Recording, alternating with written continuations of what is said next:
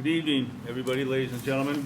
Welcome to the Conservation Commission meeting for March 30th, 2021 at 6:30 PM in the Carter Room. Because of everything we have here, and some of us a little older and hard of hearing, we're going to ask you all to speak up when you're talking, just so that we can try to understand if you have any comments and so forth on any of the hearings that we're going to be hearing tonight. Tonight, the first one is a request for a certificate of compliance for 1238 Bedford Street. The applicant has called and asked for a request for continuance. So the board, just, if I could have somebody make a motion to request a continuance to the next meeting. Nancy, the next meeting will be when, do you know? The 13th of April, as far as we know right now. Motion to move to continue the meeting to 1238 Bedford Street to April 13th. I'll second the motion. All in favor? Aye. Aye, okay. Next on the agenda, we have a request for certificate of compliance for 81 Crabtree Lane, number 84-387. Is there an applicant here? Would you like to come and just Identify yourself. name, address, please? Gerald Sweeney, it's a former address, 81 Crabtree Lane, you know. Former. Yeah, we sold the house, and when they did the title search, this came back as an issue on the title. It was a project we had done back in 2007, and just one of those things that I didn't see the condition, and it was never completed. Was the house built new? Back in 2007? The original, when we moved in, the house was built new, and this was an addition that we put on. We put on a breezeway in the garage. Oh, okay, so the house itself had a certificate of compliance when it was new, and you're just looking for a certificate of compliance for the addition? Correct. Okay. This happens a lot with us, so.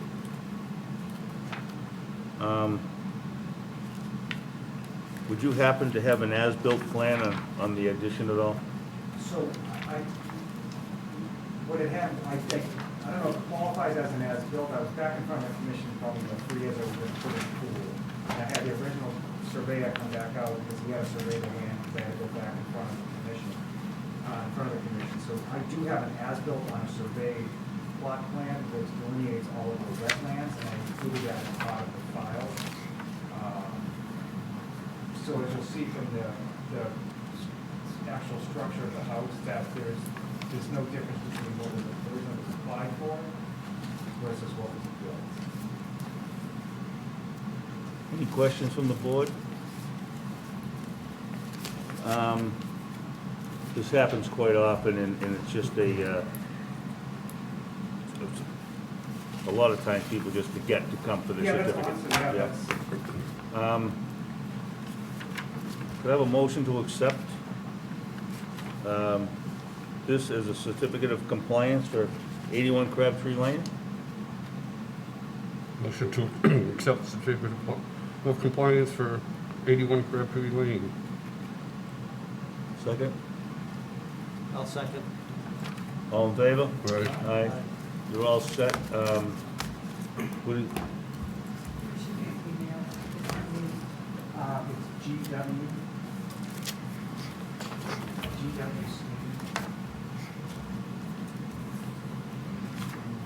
At Comcast.net. That's the original issue. Oh, I'm sorry. I'm sorry. Where's your, can you read it now? Oh, I'm sorry. I'm looking at 20. Liberty Park Ave.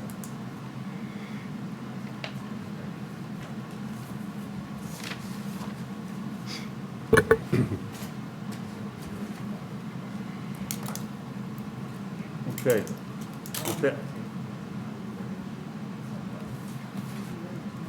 With that being done, Do you want to do Bedford Street, you step down, put all three? Do you want to do Bedford Street, you step down, all three here?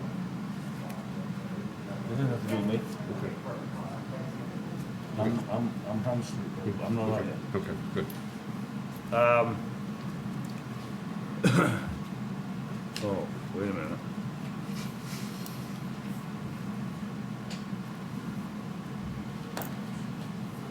Let's do Go to Doris Drive and wait. You're right. Go to I'm in a butter. Go to Doris. Go to Doris Drive and wait. What I'm gonna do is I'm gonna change this because the next one would be 1410 Bedford Street, and I'm in a butter, so if I step down, there will not be a quorum. And we should have other members coming, so what we're gonna do is we're gonna go out of order to take the continuation for the hearing for 84-538, notice of intent filed by Geraldine Glazer for the construction of a road and storm drain system for the residential subdivision involving bordering vegetation, wetlands, replication for a limited access project off Doris Drive. And do we have the applicant? Yes, Mr. Chairman, I'm here on behalf of the applicant. I'll set up the next step. Okay.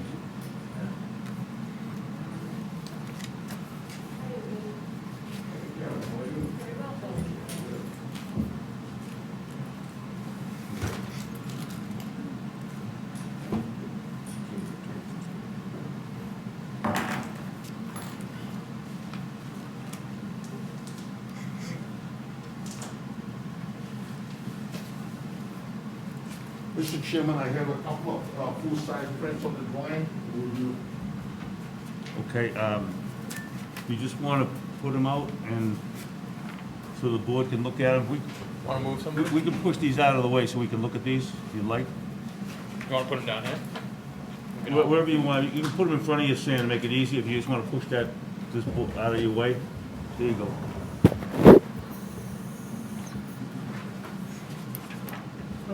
Oh.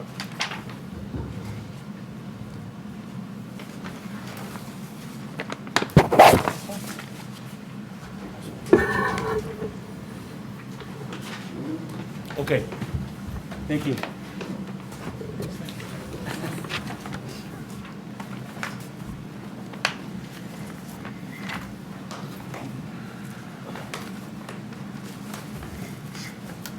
There's a full-size copy.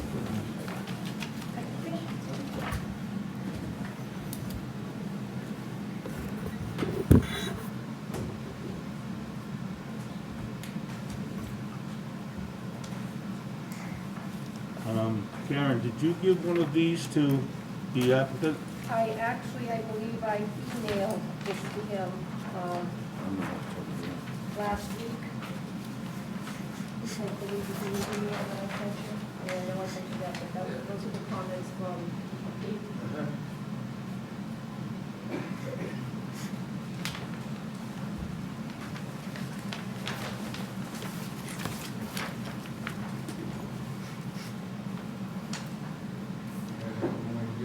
I printed everything. Oh, you printed everything? Oh, okay, great.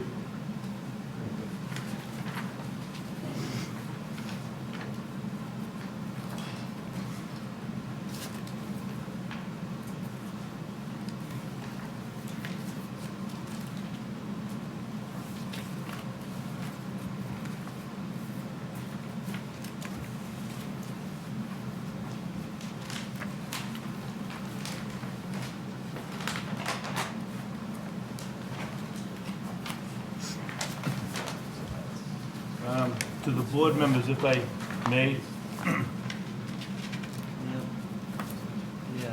Sam? Yep. I don't know whether you have this, but here is a copy of the order of conditions from the town of Whitman for the replication, oh, you have it? Yeah, I got Okay, one. Okay. Somewhere in here.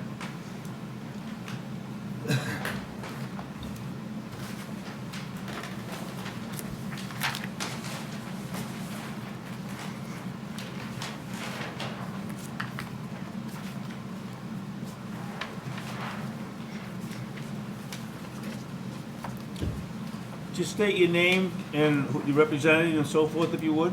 Yes, sir. So, I think I'm socially distant enough. Mr. Chairman and members of the commission, my name is Azure Toniro. I am from ET Engineering Enterprises, Inc. of Bridgewater, Massachusetts. I am the registered professional and civil engineer as well as the registered land surveyor responsible for the plans that you have before you. If I may digress a little bit, Mr. Chairman, back in 2009, we filed a notice of intent for this exact project with this commission as well as the planning board. And we did receive an order of conditions back then from both the this Conservation Commission as it was then constituted, as well as the Wetlands Conservation Commission also as it was constituted at the time. The respective orders of conditions were valid through the tolling period. If you may recall, because of the downturn in the economy in Massachusetts, the then governor, Bob Patrick, signed a legislation passed by the legislature, which was called the Permit Extension Act, extending all permits for a 2-year period through from 2008 to 2010. And then in 2012, it was extended again for another 2 years.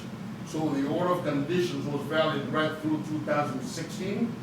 However, Ms. Glazer was sick at the time, and they sort of lost track, and it expired.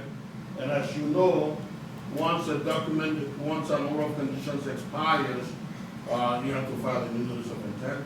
And part of the reason the project could not be commenced at the time was, although the planning board approved the project, it went through some litigation related to access issues from on Wilbur Street. That since then has been concluded through the land court, and Mrs. Glazer holds title to the layout of Wilbur Street right in here that goes into the project. Now, part of I am looking primarily on sheets 3 and 4. So if you look at this sheet right here, our primary access is through Wilbur Street, and we call it a Wilbur Street extension into what we call in Rose Place for a landlocked subdivision. Some of that land, because it runs, the town line runs through the property on its southerly end, that part of the property is in Whitman. And so we prepared a notice of intent, and we drew the plan, we went before the planning board. The planning board, through consultations with the fire department, determined that part of the requirements under the subdivision rules and regulations governing the subdivision of land in the town of Abington required a secondary means of access. And we told the board, we asked for a waiver at the time, that we do not have another reasonable means of access to provide the required secondary means of access for fire apparatus and other emergency vehicles. So anyway, the board then granted a waiver to reduce the requirements for construction of the secondary means of access because we're going through wetlands. And actually, this commission, as it was then constituted, was aware of the fact that we're going through the wetlands. And so the overarching public safety considerations, because the planning board have to consider safety, health, and welfare of the public. And the consideration for safety was paramount at the time. So that's why they gave the waiver. And so we have the approvals. But then part of the requirement in the conditions of approval of the planning board was that we would have a valid order of conditions from this Conservation Commission. So, as I stated earlier, the order had expired, and we filed we refiled during the fall of 2019 the commission felt it was imperative to retain an independent engineering review consultant to do a review of the new application. It also required that since the original order expired, that we would have to file a new wetlands report, which Mr. Ken Thompson of Rockland, he goes by 5 wetlands. He went out there and delineated the wetlands. As you can see, I have both of them shown here for comparison, and it appears that the late Dr. Hewitson wasn't too far off from his delineation. And so, Mr. Thompson also provided a mitigation plan as well as a mitigation narrative to accomplish the replication work. Now, if you recall, in the issuance of a file number, DEP made some comments, albeit they had, when the original order was issued by the commission, DEP had it, indicated that water quality certification might be required because of the size and scope of the project. And with the water quality certification, if you're familiar with it, it does require that an order of conditions be issued first, and then you can attach that with your application for water quality certification. Now, if the department deems the order of conditions to be adequate in addressing the quality issues, they can find that the order of conditions will serve as water quality certification.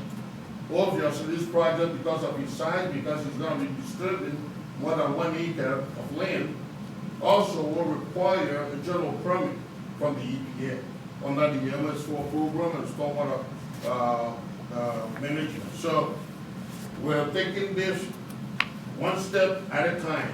We can't go to that next level until we conclude this process. Now, one of the things that our DEP says in its policy for wetlands filling, it says you must avoid, where you cannot avoid, you must minimize, and then mitigate. And I believe in my narrative, if you will, in the correspondence that I drafted earlier today, and an email to your faithful administrative assistant, Ms. Hurst, 10.310 CMR, which is the Massachusetts Code of Massachusetts regulations, Mr. Chairman, that governs the work that we do under the Wetlands Protection Act, Chapter 131, Section 40.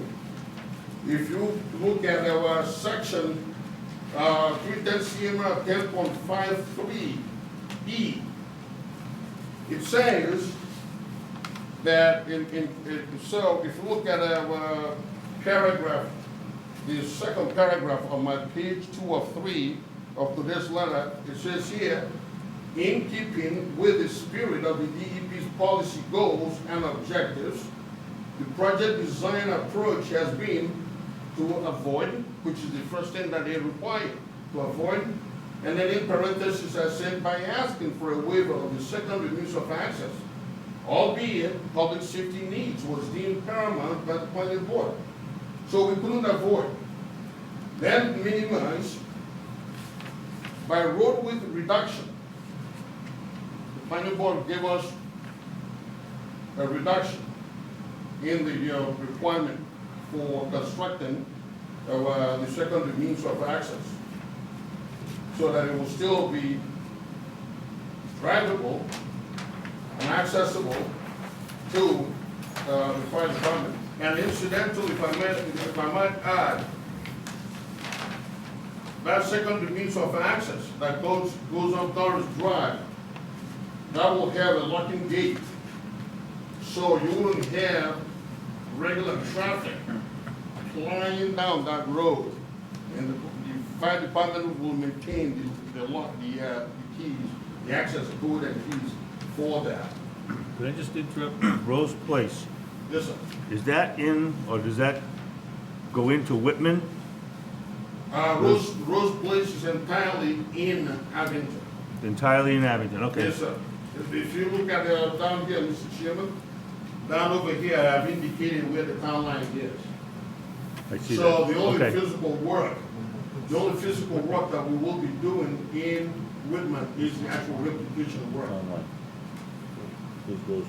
So, I say down in that, it says here to minimize, so by road reduction, and then mitigate. And in terms of mitigation, replication has been proposed. And we do have that order of conditions from the Town of Whitman Conservation Commission for the replication work. Obviously, I noted here that we recognize that a water quality certification application may be required by the DEP, but we do need to conclude the NOI public hearing process and hopefully obtain an order of conditions from this commission so that for that next step to take place. If I may go, if you will, Mr. Chairman, up above on my first paragraph on page 2 of 3, I noted down halfway down, I said that the planning board, being cognizant of the need to minimize wetlands impact, granted a waiver of its standard for improved roadway width for this secondary access to be only 18 feet. The roadway is proposed to be constructed, and I have it in quotes. And the reason I have this next statement in quotes is that I got it, it's exactly to demonstrate that it's compliant with 310 CMR 10.53 E. And it says, the roadway is proposed to be constructed in a manner which does not restrict the flow of water. So that is one of those minimize, mitigate. And so what I've done in that regard, in the design of the roadway, is I actually introduced several open bottom culverts. 1, 2, 3. So and I provided details for those. So that the idea is so that the natural ground at that location is not disturbed. It also enhances the value of wildlife maintenance and habitat protection. Albeit, this site is not in any designated priority habitat, nor is it in an endangered species area that would otherwise trigger the Endangered Species Act. So we did go through, although the commission hearing was continued and there was no hearing during the intervening period after we filed the application, the work by PMT Associates that reviewed the project continued.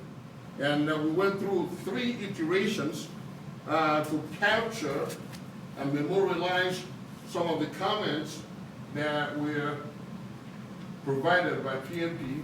And I believe they sent a letter or report or email to the commission's office as well as the planning board's office, indicating that we had satisfied their comments. And so the other thing I might point out, Mr. Chairman, is that a comment had been made, including Mr. Poyant, or first name of DEP, saying that an alternative from Madison will be done. Now that is an illusory alternative because that road does not exist. It was a paper street. It was constructed well over 300, 400, 500 feet actually beyond this point. I had to show it because I have to make sure that my survey that I did maintains and respects the boundaries of all the properties in question, and then also respects the land court boundaries and markers that I found. So, it's a paper Mrs. Glazer never owned, nor controlled, the land that is under what is called, in quotes, Madison Street. So that is illusionary. It does not exist.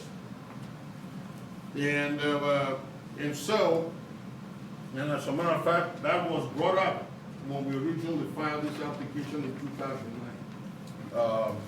Other than that, I will entertain comments or questions and answer, and hope that we can move this forward. I think we've done all that we could do, and I think it cost my client several thousands of dollars to have this reviewed yet again, but that is part of doing business, I guess. But I do think that we have a fairly decent product. I just want to make sure that we're clear.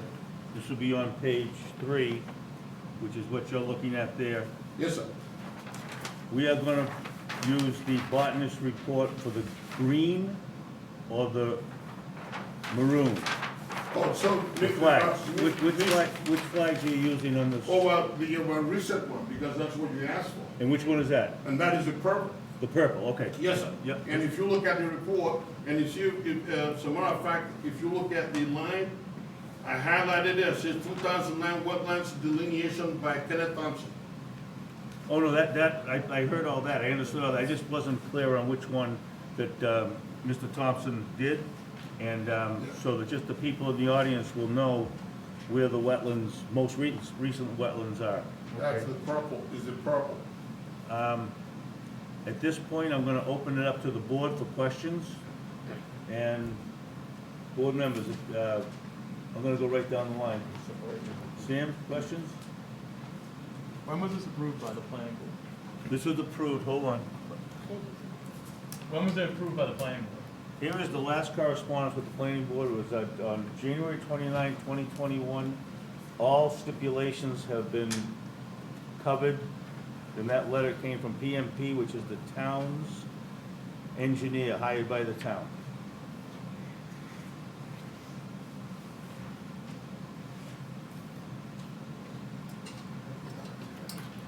And I'm not sure if it. Hold on.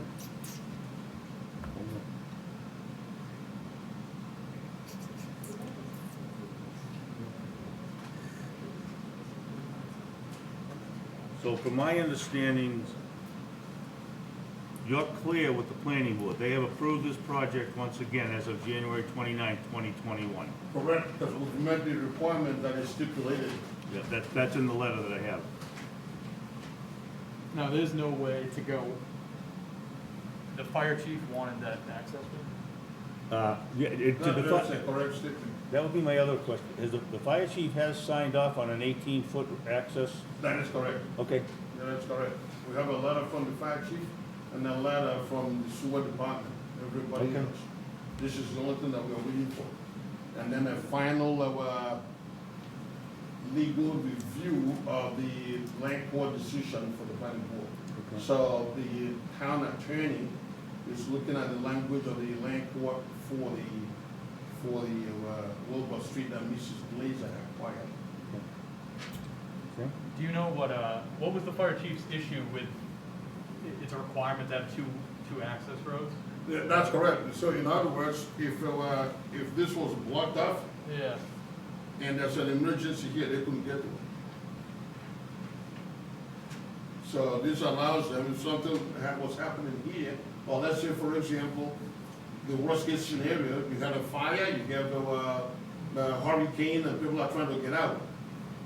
They can come in here, while they have other emergency vehicles here, they have another way to get in and evacuate This, people. this has happened a couple of times in the town. Shore Ave, where it connects to, I think it's Crabtree, I think it is. And then over on Route 18, Highland, where it connects to the road that's up. There's a few gates in town that the fire department has asked for.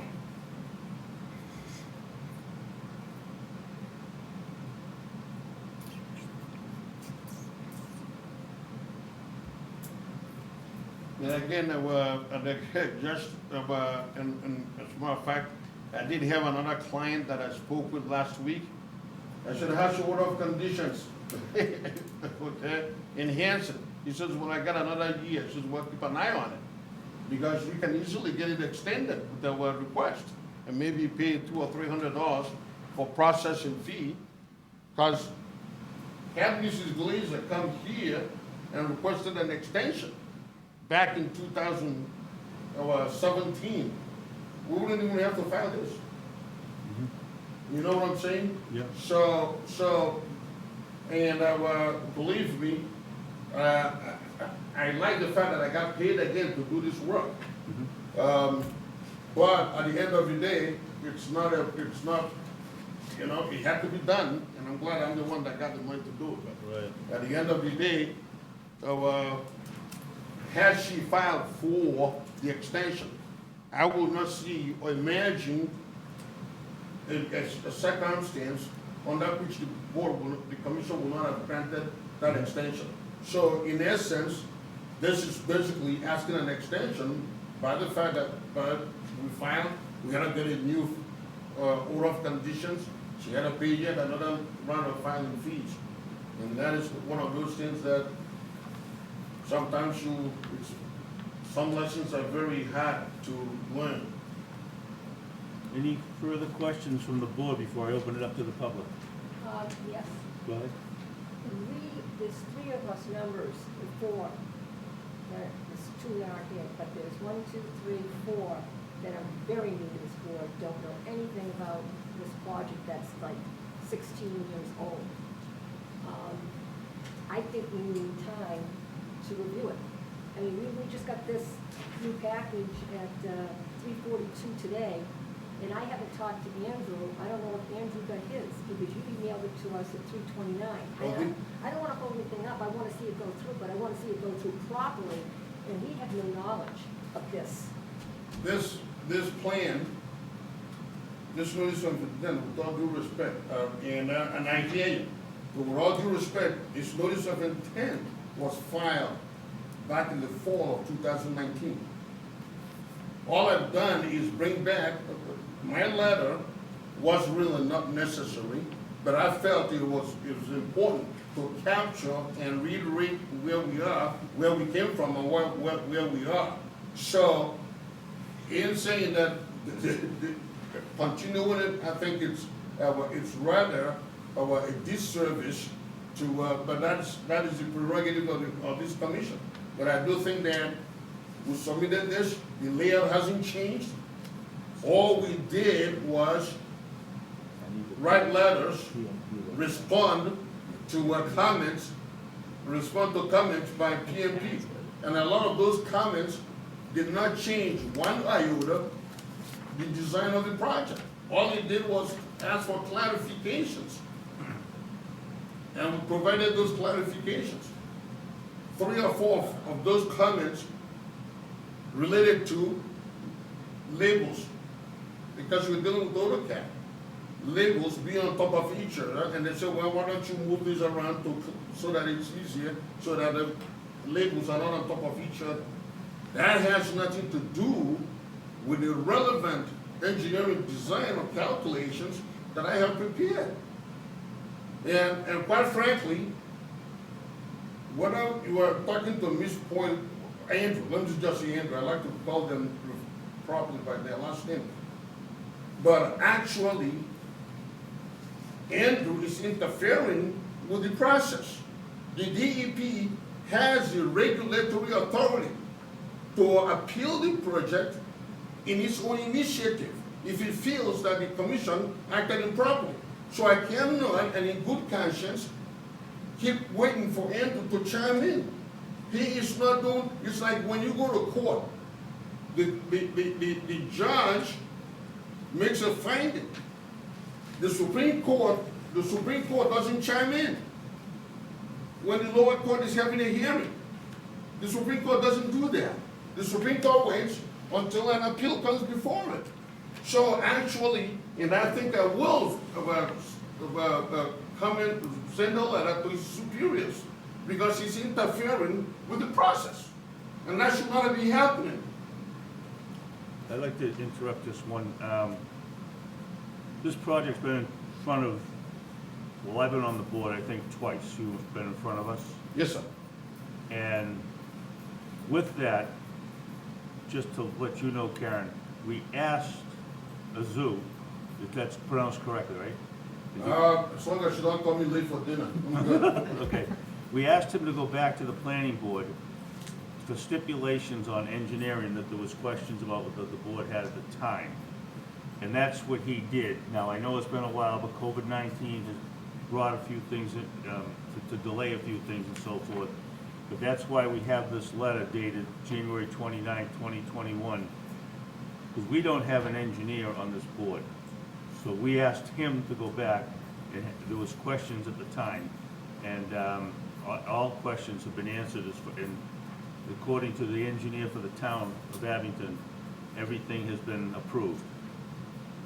So the questions that we had, now he's come in front of us again to basically reissue an existing order of conditions which has expired.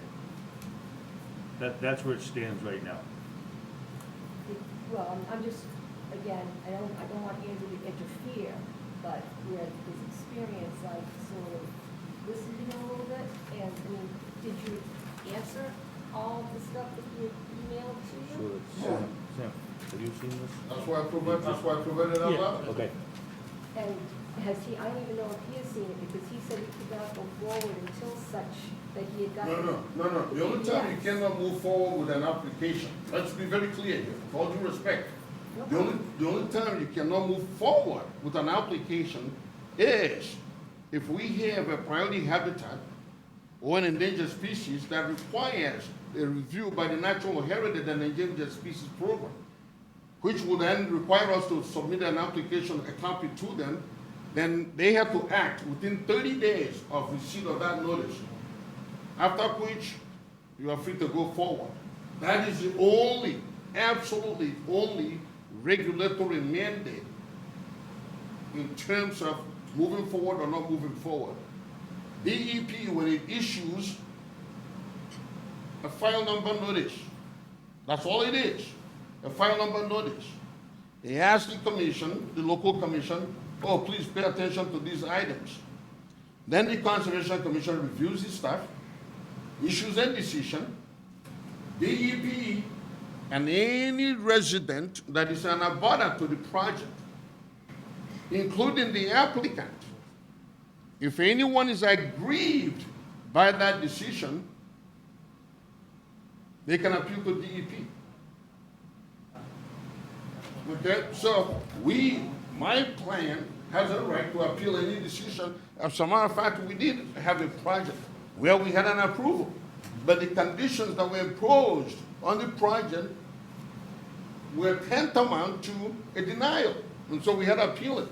So, and the DEP itself can, after they review, because you have to send a copy of your decision to the DEP also, on its own initiative, can open up an appeal, and that will also hold. So we have to get through this process here to get to that next level. But I am not willing, at my client's expense, because each time I come out here, she has to pay me for it. I love, and so after a while, you become part of the problem if things are not moving forward. Okay, and I don't want to become part of that problem, but there is nothing in the regulatory process under 131 section 40 or 310 CMR 10 that mandates that you have to hold this process until somebody down in Lakeville decides, no, it's good enough or not good enough. That is interfering with the process. And you're gonna come down Wilbur to access the development? Correct. All right, so you don't have to worry about Rose Place, which is the Rose part of the road that goes down into the wetlands. That's correct. That's only for the fire department. That's, we have an acre of wetlands that they wanna replicate. That's a lot of wetlands. Because the project qualifies under 10.53E. It qualifies as a limited access project. And for the simple reason, if you open up that section, it says the planning board may require that. It also then sets forth the conditions under which the access, whether it's a driveway or roadway, under which that can be constructed. And I believe with my nearly 40 years of experience, and even though, now here's the hard math for you. I'm only 30 years old, and I've been working for 40. So, given that, all right, given that, this is the first time ever a DEP person is trying to interfere with the process. And I promise you, I will take it up with his superiors. That you can take to the bank.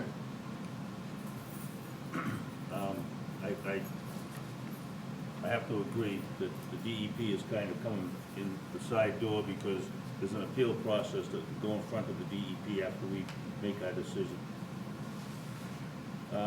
Any other questions from the board? I mean, I reviewed everything, our hands are kind of tough. Let's see again. The fire department, our hands are tough. The fire department's requiring it. He's doing everything in his power to minimize the impacts. The replication's 2 times or close to the impact. We don't require 2 times either. Right, he's Okay. doing 41,000 square feet and the disturbance is 21 or whatever it is. Mhm. I mean, he's doing the drainage, there's nothing,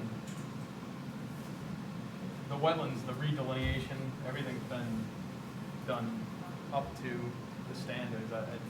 It's not really, You feel comfortable with that? You know. I do, yeah. I mean, our hands are kind of tough. There's nothing more that he can do Well, I or his understand client can do Right. that can change the way, I mean, it's going to be constructed or developed this way per the plan. And he's doing everything in his power to minimize the impacts and replicate and maximize the replication. No, that's fine. Yeah. What And I'm- it's already, I mean, like you said, it's been approved previously. What I'm gonna do now is Yeah. I'm gonna open it up to the public. If anybody has any questions for the engineer, I wish they'd just come up and state their name and address. And does anybody have any questions of this project? Oh, yes, sir. Yeah, my name is Frank Poliafico, and I live at 75 Isabel Street, Abington. Last time we were here and we had a meeting, it was about all this also, about the water problem. And I was very vocal about it, and so were my neighbors. As a matter of fact, they showed you people pictures of my backyard underwater because of the runoff from the storm drains going into the property behind my house. I had people come down from the highway department to take a look at it, but that's as far as it went, and that was damn near 9 months ago. I haven't heard a word. I'd like to know what the hell's going on with it. Well, how's that gonna affect the water table? Sir? I got enough problem with the streets and the runoff, and now you put more streets in and more runoff, where's it gonna go? Well, you, please, can you answer My that question? basement gets flooded. Come on the yard, it comes into the basement. I've got a sump up. The power goes out, I'm screwed. I got a battery backup, and that only lasts so long. So therefore, I've got to spend thousands of dollars now to put a generator system in to take care of the water problem that we have existing. Never mind the future, which may get a whole lot worse. Haven't heard one word. That's, My hopefully, highway department or people aboard here, had to go down and take a look at it, that's all they did. About 5 people, hemmed and hawed, scratched their head, scratched their ass, and walked away. Mr. Chairman. we can't, if we're not if I here as may, far as this board's concerned. I understand Correct. that, that's why I'm here, because I'm in a butter and I have concerns and they told us to show up. Yep, that's fine. The only time I want to get hurt, if I call here, like down this, and it was home, gonna and be ask a the water regular department, I got a access big song road. and dance. So now I got people in front of me that are They're hearing gonna me. come down Wilbur, so I'm Okay, okay. It's easy to hang up the phone, but you can't hang me up. Right, so they're not gonna be. Can you able to- explain if you're gonna help improve the I'll tell you drainage? one thing. Actually, you know, The it replication, I'm gonna is insist that it's done prior to counterintuitive, this, right? It's counterintuitive. Because that you can build a project and actually improve what's going on. Now, just for the record, we have no control over what's happening on Isabel. Whether this project is built or not, whatever is happening on Isabel Road or Carl Street will continue.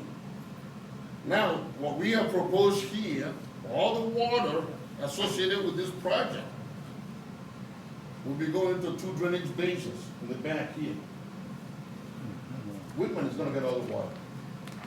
So, anyway, we have, the purpose of these basins is to provide both recharge. How big are these drainage basins you're talking about?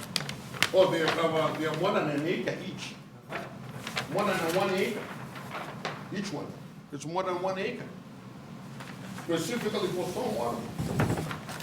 So I do believe that 100%, that's why I have liability insurance, by the way. 100% that the design meets or exceeds all regulatory requirements. That's something I want to believe everything you're saying, but, you know. Well, you don't have to, but it's a fact. Here are horrible, number one, and it's almost like you're mumbling because nothing's coming out clear. Well, okay, that's, you entitled to that It's not your fault, opinion. it's not your fault. You understand? But the reason I asked you about the catch basins or the retaining, even if you have a retaining pond, I don't think it'd make a difference. You should see the water that comes down the street where I live, and we've got at least 8 or 9 catch basins. And within a matter of 1 minute on a heavy rain, I have 6 inches of standing water in the streets, which runs down to the catch basin, and then through underneath, they put in, years ago, they put in a culvert to run the whole length of my property, and ends up in the woods behind me in the wet area. And it still doesn't do it, because the water runs up over on my land. They came down, they built a berm in front of my driveway and my lawn, big friggin' deal, because I still get water running across there, which has destroyed my lawn. Runs down, takes the soil, the gardens and everything, washes it through the woods, over a berm, over the pipe that's supposed to be handling it, because it can't handle it, and then into the woods. So therefore, it backs up on my property. It sounds I'd like, like to know what the hell's gonna be done, because you change elevations, I know, I'm not stupid, I know a little bit about what you're doing.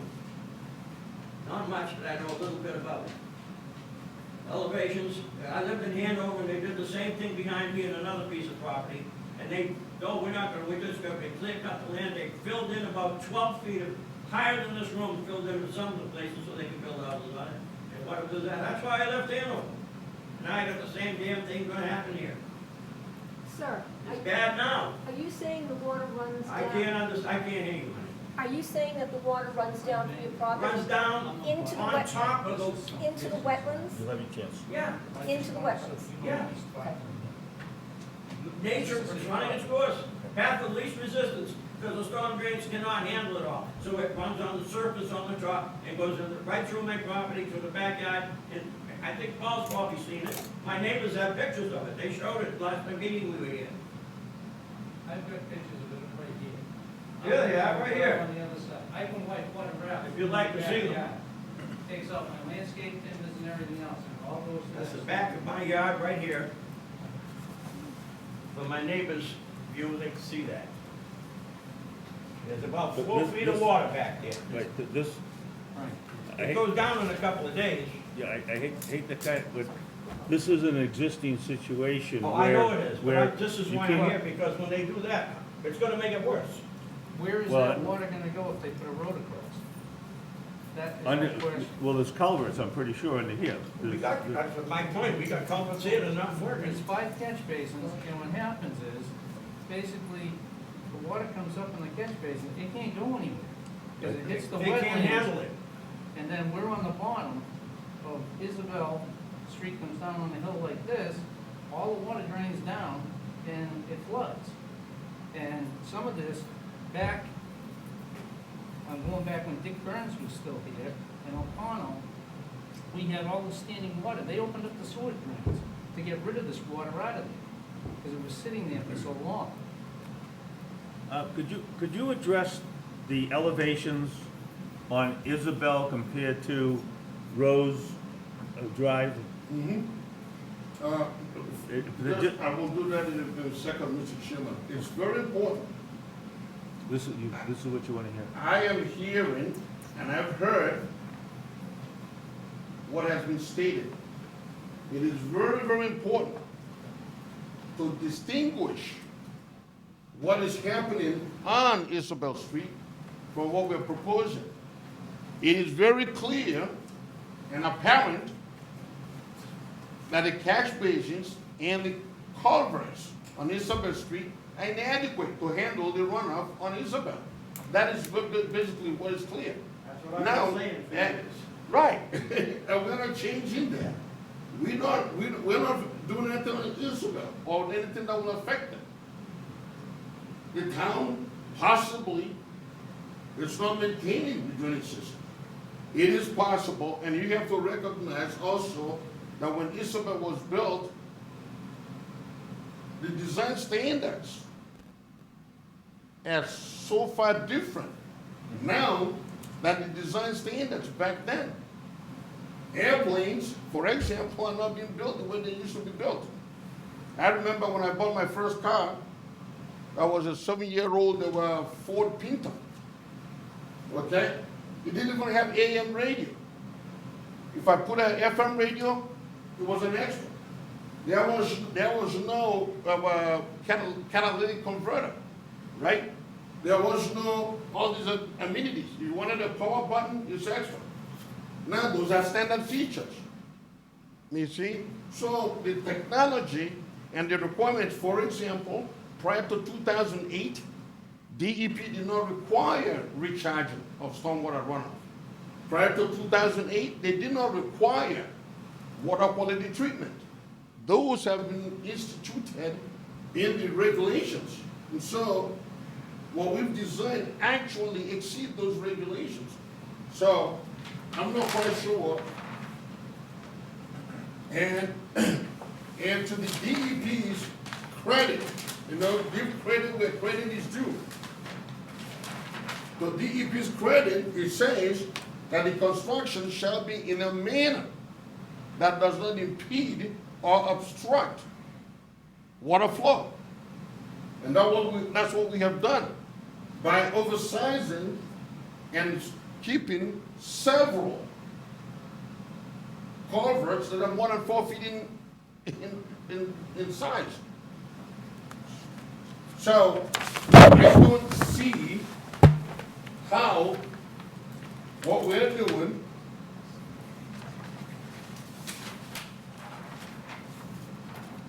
what we are required to do, Mr. Chairman, okay, is to make sure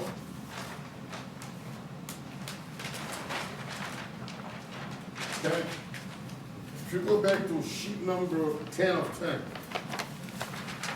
there's nothing I can do for Isabel Road. That's outside the scope of my project.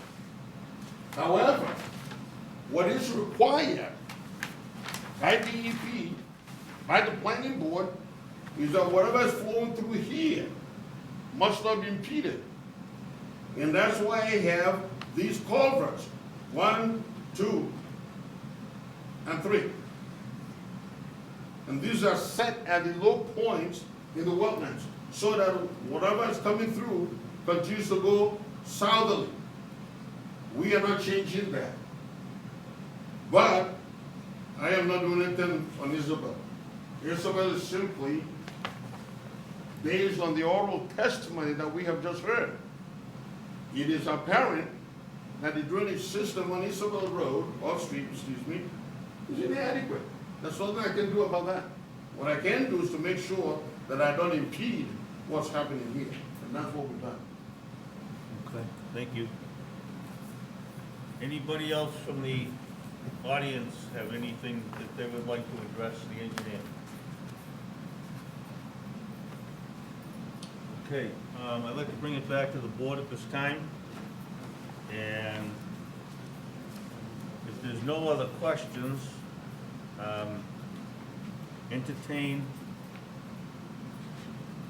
a motion for this project. and go from there.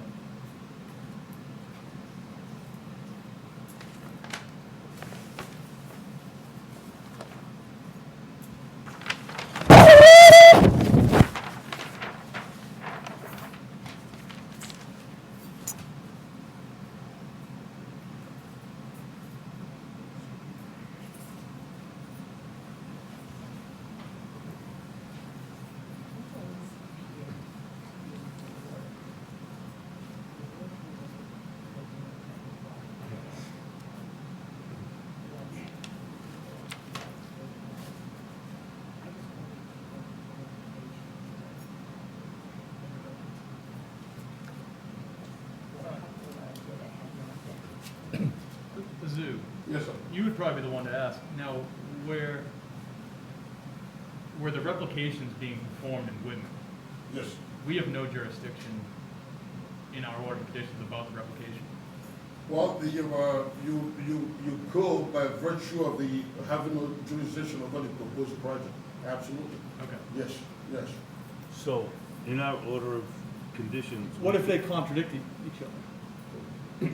What, the order of conditions? Yeah, so what if Whitman's is, I've read Whitman's isn't very detailed at all.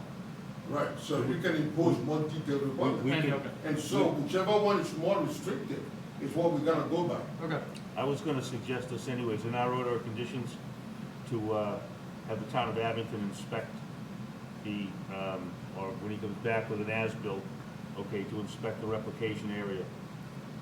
We can do that in our order of conditions because they're replicating, I think, They're replicating wetlands that were that inhabited. we're in Abington. Yeah. That is correct. Okay, That thank is you. actually correct, because this is a compensation, if you will, for the work that we're doing.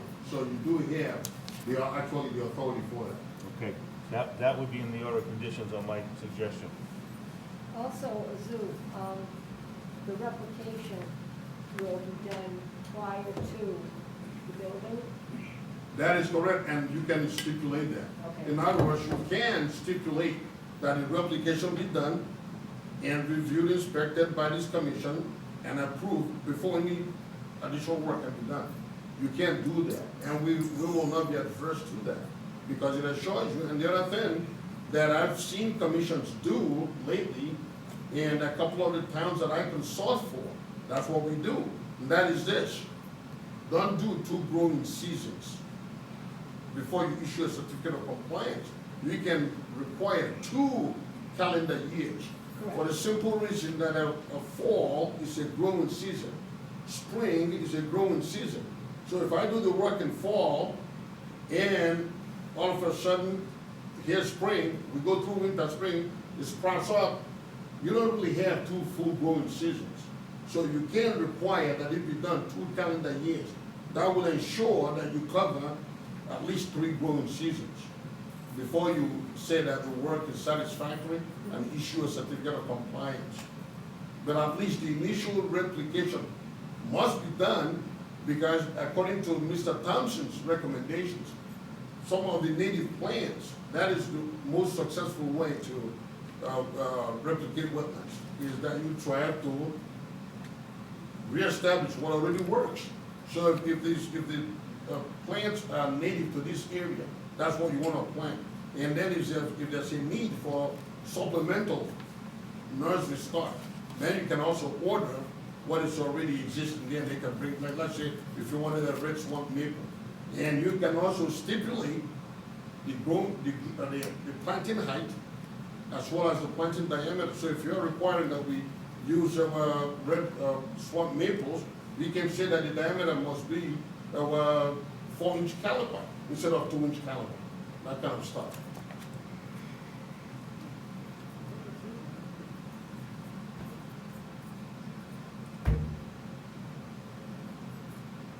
A motion? That satisfies me. Okay, Yeah, I'll make a motion. go right ahead, Sam, I appreciate that. Make a motion to accept the NOI, right? Good. What is this? Forest, or Forest Drive, Rose Place? what road is the place? Rose Place.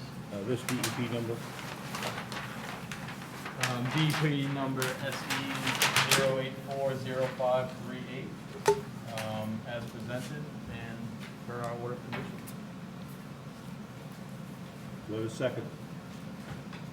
I'll second it, Karen, forward. All in favor? That's unanimous. I will tell the audience that if you do not agree with the vote, there is a way to appeal through the DEP. You have to do it within 10 days and 10 signatures, correct? Right, 10 days after the order of condition. And you have to have 10 signatures from the town people. That is your backup to the project. This board has just voted to approve this project. So, with that being said,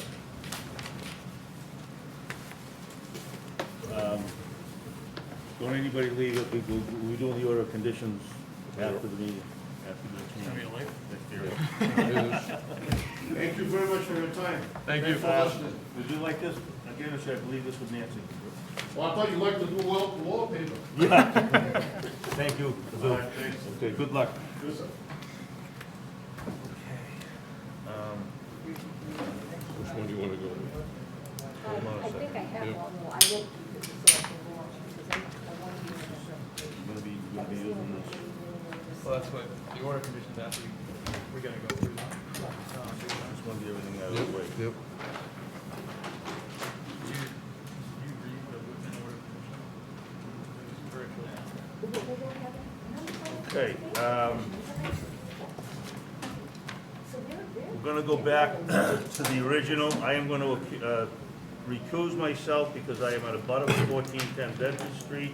I am going to turn it over to Vice Chair Russ Force.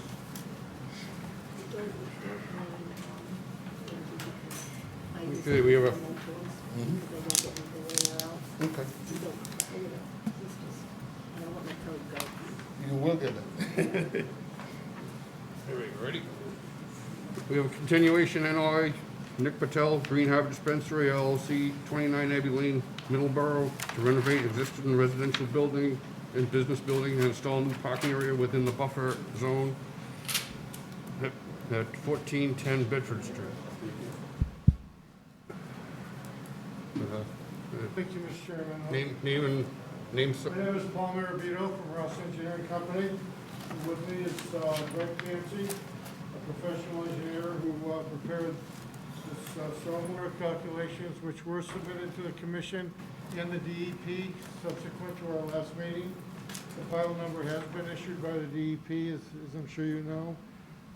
This project is for property 1410 Bedford Street. It's for a proposed dispensary, and the project has been approved by the planning board, and they're awaiting approval from conservation. The property consists of an existing building, a portion of which in this area is residential, and this portion of the building is proposed to be partially raised and rebuilt to accommodate the proposed use. The site contains 14,948 square feet. There is a wetland to the south, in the southeast in this area here. This is the approximate location of it. And the plan is to provide parking in this area here,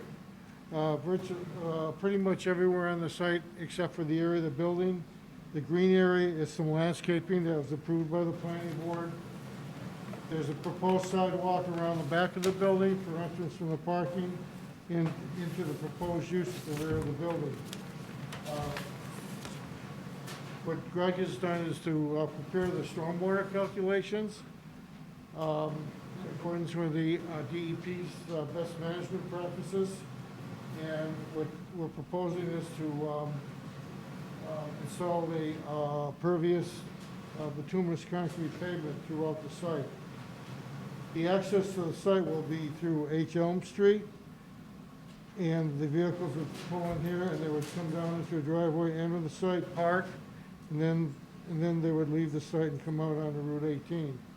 I think at this point, I'll end and let Greg explain what he's done for the stormwater system for the entire site.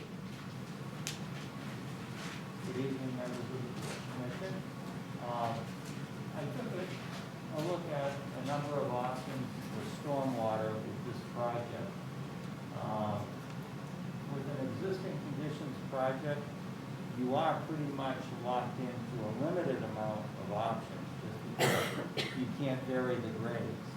I can't bring the site up with fill, because I can't bring the first floor, or in this case, the slab elevations of the existing building.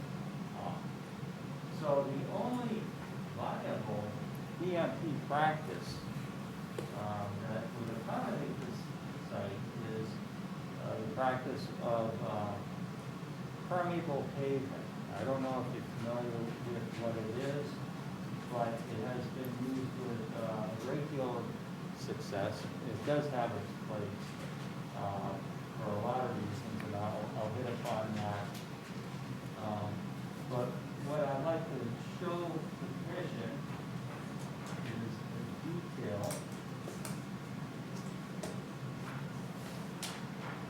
What permeable pavement is. This is the cross-section detail of the material, and it consists of 4 inches of a bituminous pavement. But the mix is designed such that it has a limited amount of sand in the emulsions, and water just pours right through it. Then what we have is a little choker course, which is a crushed stone course. It's another 4 inches in thick, and that gives the pavement stability. It's like a subgrade of a standard pavement. Then we have a filter here, which is a bank run gravel. That will filter any TSS, a lot of other contaminants that you typically get with stormwater, phosphorus and some nitrogen, whatever. And then it goes into another crushed stone, 6-inch crushed stone layer, which is called the reservoir layer. And this is like a detention basin within the voids of the stone. And it's spread out all underneath the pavement. And what this pavement does is, for standard 1, which is an outfall standard, there is no outfall. It goes into the ground. So you don't have scour. You don't have the maintenance of a discharge going off into a wetland or carving a meandering swale. You don't have sediment going downstream somewhere, impacting either a resource area or an abutter or any of that.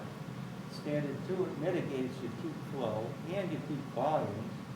Standard 3, it provides recharge to the groundwater system. And 4, you've got the filtration. Standard 4 is a TSS removal. We're well above 80% TSS removal, where the standard is 80%, but DEP standard, so we're well above that. And of course, pre-treatment, we've got that at 25%. Standard 5 doesn't apply. It deals with high root usage. This facility will not be dealing with, high traffic areas, like a shopping mall would deal with a standard 5, a yacht yard, an airport, those type of heavy industrial, municipal usages. And then the standard 6, that doesn't apply because we don't have any sensitive areas.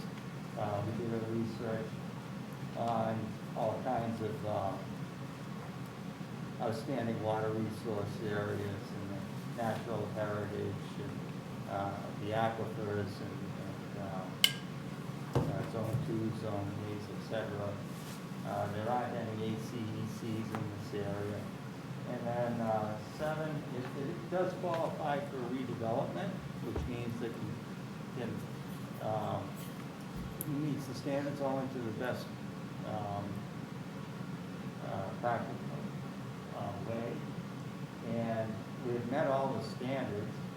And, 8 is we've got an O&M and, an erosion control, 9. And then 10, there's really no illicit discharges on site. So with that, we've met all the performance standards that's required of us by the DEP. The DEP has looked at this report, and they did issue a number. And so at this point, if anybody, the commission has any questions, I'd be more than happy to entertain. Raise the board for questions? Have you guys looked at the possibility of making this a one-way and pulling the parking away from the property line? With angled parking? Have you looked at the possibility of making it a one-way access and pulling the parking away from the property line? We talked about that with the planning board. In the end, it was decided to have two-way access. The primary entrance would be into here, and I believe the decision was when they come out in this area here, they can only take a right-hand turn. We were involved in a similar site just north of here, and the same requirement was made of that when they came out of the lot, they could only take a right and go south on Route 18 and make a left-hand turn further down. And I believe that was the same condition for this site. But the traffic pattern was reviewed by a traffic consultant for the planning board, and the applicant had his own traffic engineer as well. And the site work was also reviewed by Norwood Engineering as part of the review process for the planning board. There were several meetings with them. They reviewed the architectural plans, the site work, and the traffic. And ultimately, they closed the hearing and issued the approval for the project.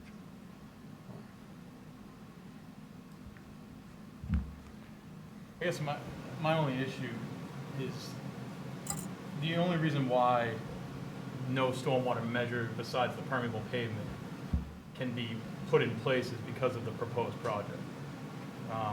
Because of the amount of the width of drive aisles, width of parking spaces. If that was to be reduced to like a one-way, there would be some area along the property lines, both to the west and south, that would provide a little bit of room for. I guess my concern is the level of the groundwater, and with the amount of recharge, if that's met and groundwater's high, it's just going to turn into kind of a pond and flowing off as impervious surface would anyway. I mean, the groundwater is 95, 96, 94. I mean, the permeable pavement is 26 inches down. You're saying groundwater is 2.5, 3 feet down? I just don't. I understand the project, and it's a redevelopment, and you're doing everything in your power to adhere to the standards. It's just, I don't know. I don't know. Does the board have any other? My concern is with the groundwater being so high. There's no room, like, there's no room for anything on to infiltrate, and then when it does get to a level, it's just going to sheet flow off the parking area into the wetlands as impervious. Sorry. No, our calculations were performed, and we did do an analysis. And one of the things with this particular BMP structure is that it has the ability to retain all the runoff in that reservoir. It will store it in the runoff, in the reservoir, the runoff in the reservoir, and it'll infiltrate it over time. Less than 3 days, probably closer to about a half a day. And what's a good thing about this particular PFD practice is it's low impact. It's not like a standard pavement where everything's pitched to a low area and it's all being poured into a low-lying area in one area of the site. It's all being spread out evenly throughout the site. So you don't have the mounding impact that you typically see on a common either detention basin, retention basin, or a recharge chamber. This is a very good practice, especially for a site like this, because it's low impact. And, we have used this practice on other sites with a great deal of success. And the maintenance of it is very simple. You sweep it. And another good thing about it, as far as maintenance is concerned, being close to a wetland area, doesn't require the salting that standard pavement does, because once that sun hits it, all that water just soaks right through the pavement, rather than puddling and ponding and creating an icing situation that needs to be sanded and salted. So this practice does have its merits, and we don't anticipate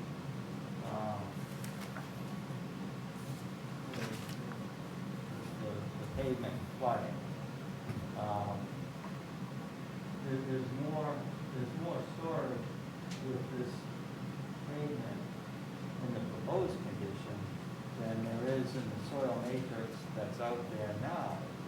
So if there isn't a ponding or a flooding condition now, there won't be one in the future.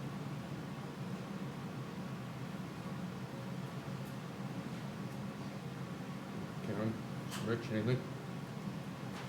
I'm not an engineer, and I don't understand. I reviewed, the drainage report's well put together, and he's right. I mean, especially with the site, my only comment would be the one way, but if the planning board kind of hands are tied again,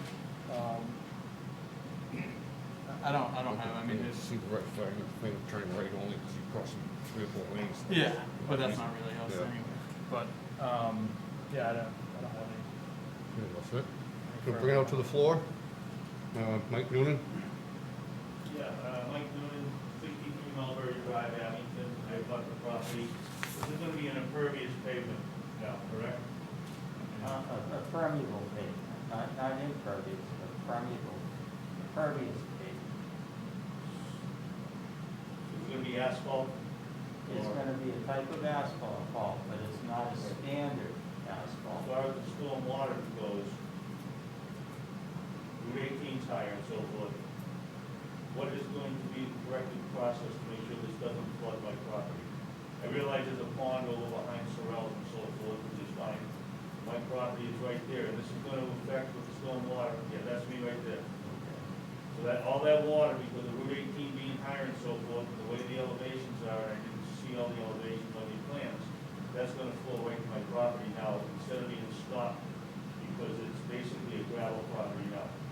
Well, if the concern is stormwater from Route 18 flowing through the site, No, my concern is it's gonna be an increase because it has no place to stop because of the new pavement you're gonna have down there. I don't see any drainage, I don't see any kind of gray tanks, nothing to stop that water from flowing right through your property, right onto my property. well, That stretch of 18 has been reconstructed, and before the plans are signed off on the plan, they have to go out and survey it. And the front of our property is vertical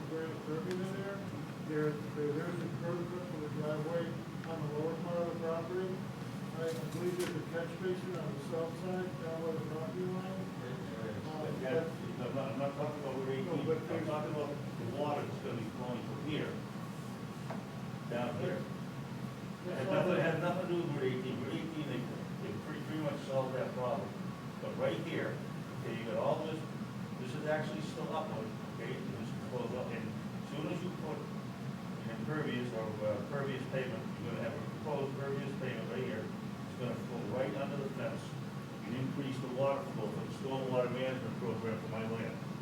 Well, the way the permeable pavement works, it does not work the same as standard pavement. You don't get a surface flow. You get a vertical flow through this pavement, and it goes into the reservoir where it first hits the ground. It's stored into the fresh stone reservoir beneath the pavement. That's what I'm looking for, I don't see it on the plan, where the water's gonna be stored. Mike, it's or in collected. the detail. It's this Yeah. detail. Yes, sir. This is all a fresh stone reservoir. The flow of the water goes vertical, and you get the treatment in here, then you get storage in here. And the whole volume gets stored in this reservoir, and then it slowly works out over several hours or Yeah, days. here's this, you go back this way. The water's coming up This is underneath the the wetland map, I guess, on this. But If it flows this way, if you just make sure it flows this way, not this way, this will flow right behind Sorrel, under Vineyard Road, and then over to Route 18, just by natural flow. That's my only concern. That could be noted in the order of condition that it's. Well, this is, you know, just to put your mind at ease, this is the low point on the site. So this pavement, although it doesn't generate a lot of runoff, or really no runoff at all, the natural grade is grading to this point here because it's the natural low point.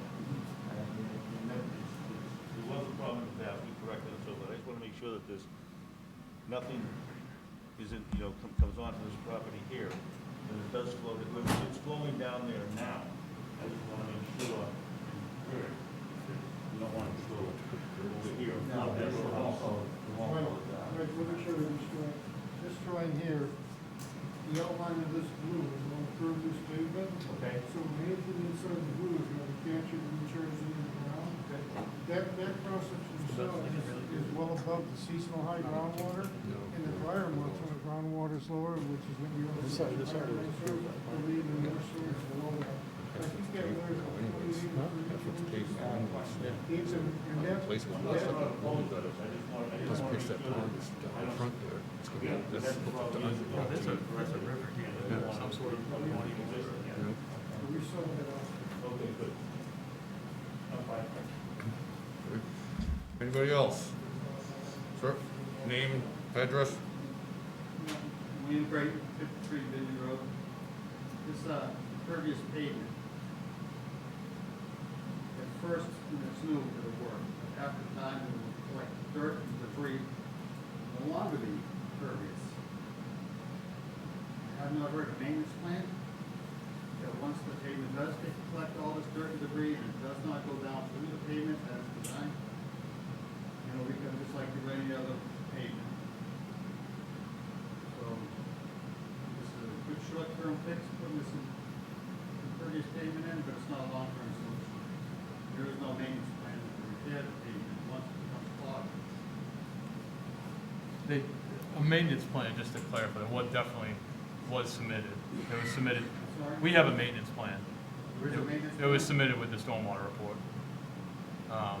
And I think that's something that we, as a board, can put in the order of conditions, kind of with the extent of the maintenance as well. Is this, Mike, or anyone, is this the first project that's proposing permeable pavement that you guys are aware of? No. In Abington, I'm saying. No. No? I think there's been a couple others. There's been a couple others, okay.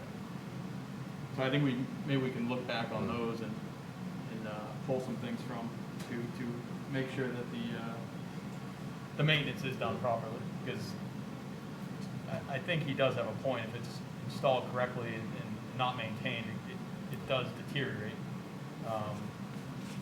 But if it's maintained and installed correctly, I think it is a good design for the site. Who's going to do the maintenance and who's going to, will make sure that the maintenance is done? It's usually the owner, I believe, you guys can. It'll be done by the owner. Just to, what I'd like, just to put your mind at rest, permeable pavement has a lot of applications. It's not just an application that you see here. It's paved on highways. Many of you have driven on it without realizing it. It's a different application. It's a permeable pavement surface mix underneath a standard pavement mix underneath on highways. And what happens is, it's for safety reasons. Water will go through this permeable pavement and go off to the sides and the gutters and get picked up by a conventional drainage system. It doesn't perk into the ground the way this does. But the point being is, you drive on this stuff on highways, the highways get sanded, they get salted, but yet it still works. A lot of people have made the remark that, it's gonna clog, it's gonna do this and that, but the EPA has put out a lot of documentation, and the reviews are very, very high. And if the regular maintenance is done once a year on a site that really is a low volume site, I can't anticipate any issues with this. And like all pavement, it does have a lifespan. The typical lifespan is about 30 years. If you do get a pothole, it can be patched, and it can be patched with standard pavement. But what I have seen with the projects that I've done, stuff's working and it's holding up. And I've driven on. I can tell the difference between permeable pavement and standard pavement when I'm driving on the highway. If the pavement has a dull color and it's raining and it looks dry, you're on permeable pavement. If it's shiny and black and glossy, you're on standard pavement. And if you turn the radio off when you're on permeable pavement, it's a little bit louder on the tires. And then when you go over a bridge onto standard pavement, the ride of the car will be a little bit soft, lower volume. And that's because it's a course of pavement that you're driving on, the permeable pavement. Any other questions from the audience? Bring it back to the board. I have another question. I mean, I don't quite understand, I'm not an engineer. Like, so you've got this thing that you're building, and the water's going to be going down through it. Okay, and then it's going to be dispersed, correct? Right. Well, what about, where's it gonna, it's not gonna reach into the wetlands at all? Is it at an angle where it's gonna come away from it? It will go, What if our water table comes up? What if we have a lot of rain and the water table comes up and then that has no place to go? well, like I said earlier, it's really no different from what's out there now. Right now, a lot of that runoff soaks into the ground, some of it runs off, but it's a flat site, so a lot of that runoff just sits on the lawn area, perks into the ground, and it goes its natural course. It's gonna do the same thing with this, except it's gonna be treated before it goes and migrates to its natural course, which would be in a down gradient place. And in this case, it would be this corner as discussed earlier, because that's the lowest point on the site. And then it will eventually make its way into the wetland as it naturally does now.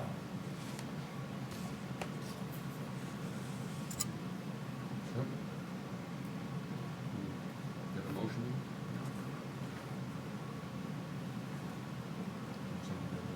I don't have the DEP. You good? We already, we have the water that's leaching into the wetlands now as it is, but if they can make it better, I mean, what do you do? What do you do with it's existing now? If this will improve it, then, Yeah, I mean, as a redevelopment project, they're designing it to the maximum extent.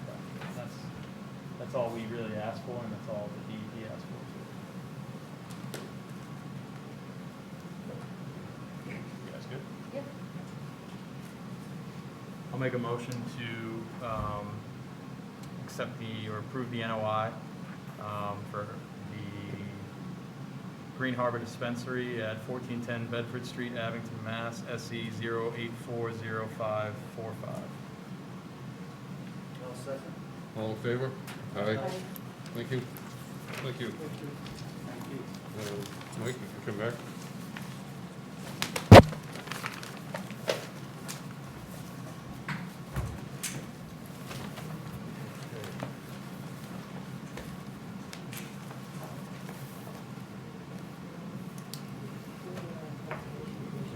Yep. All right, next on the agenda will be 84544, notice of intent filed by Walasi Toledo for construction of a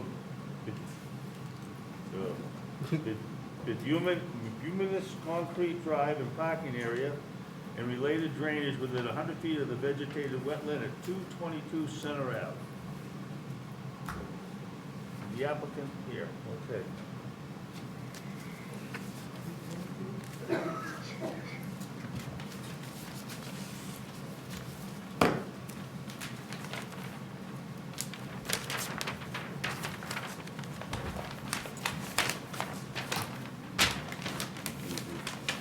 name is Robert Crawford. I'm a registered professional engineer in Massachusetts and here on the plan. I have with me Mr. Polito, Mr. Paul Spiro, and he's the manager of the property. Basically, this is a 27,000 square foot lot on the northerly side of Center Avenue, about 100 feet west of Park Avenue. The applicant is proposing to add 2 one-bedroom apartments to his current apartment building, house. Could you, sir, could you just speak up just a little bit, because we're, yeah, we can't, yeah, with all this stuff, you could just speak up a little bit, appreciate it. I will make an effort, yes.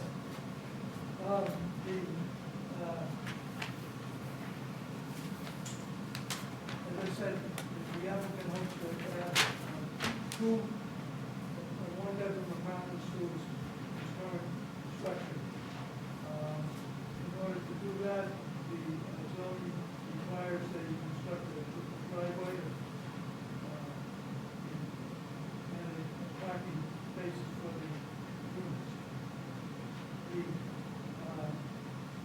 town also has rigid requirements as far as distance from the structure and distance from the property line. Given the geometry of this lot,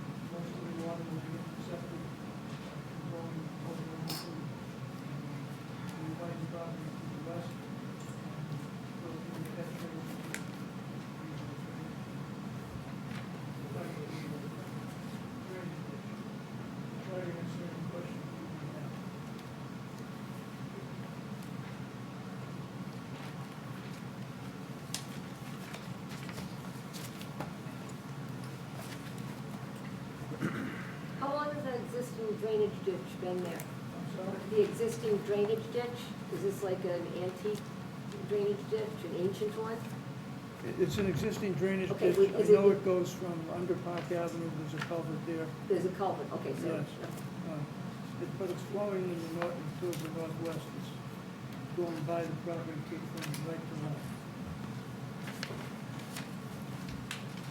I didn't mention, but there will be a gas trap in the catch basin to protect the water.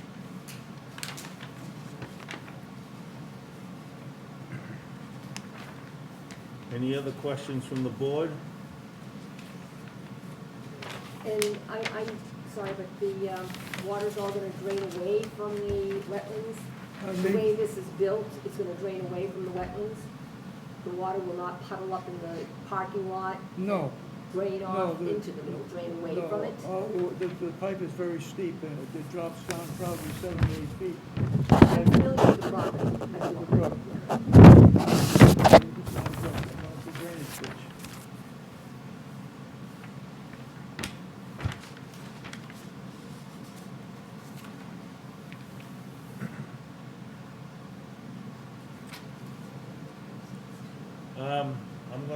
Any other questions from the board at this time?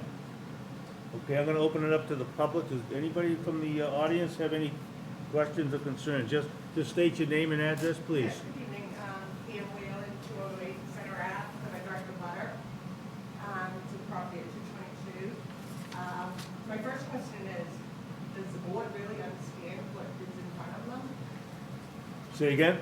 Does the board really understand what is in front of them, the impact of what is in front of them?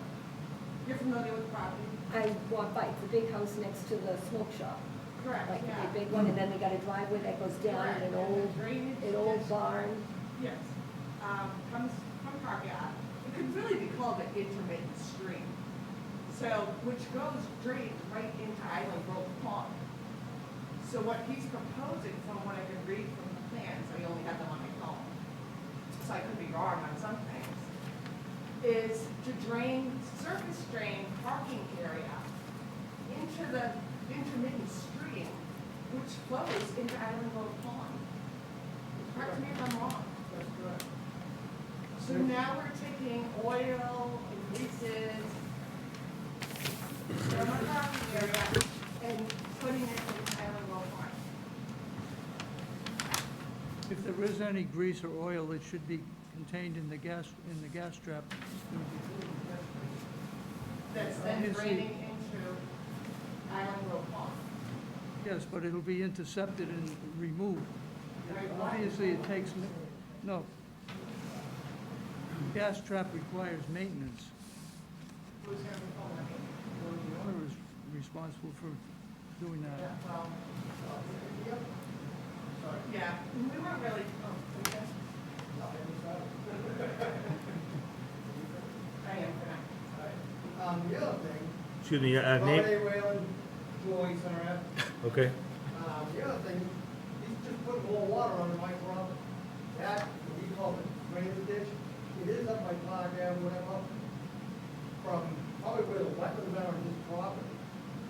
Down there, it's just all just flows like this. The pond's backing up. It's,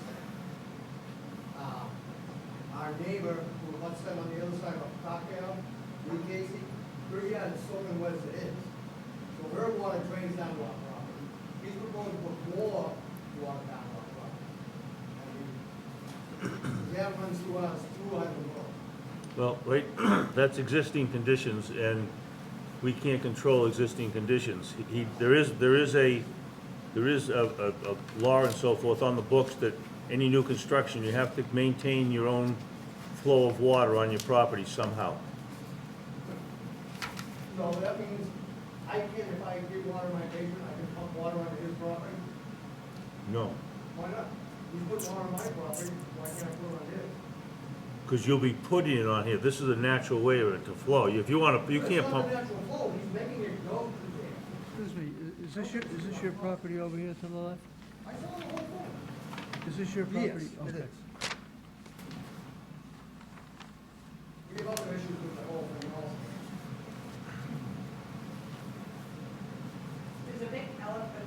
there's a large elevation change between the property at 222 and our property at 208. So from what I can gather that from his plans, he didn't show any elevation plans, he just basically showed the topography, I'm gonna say this wrong, topography plans.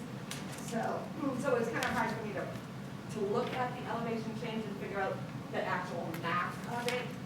So he's proposing these concrete blocks that you see going in all over town to change, to block off the elevation. So if I may, I have paper I can show you. But like at the front, on 123, our properties are mostly even, side by side. Then our property goes down the hill, his stays up. Now he wants to start concrete blocks, say 1 block here, 2 blocks here, 3 blocks here, 4 blocks here, 5 blocks here, 6 blocks here. So he's proposing a block wall in between our property lines to raise his property to putting a parking area. We'll have a 10-foot concrete So we'll have a wall 10-foot concrete down our wall property line now. running down our property line. So he can make his parking.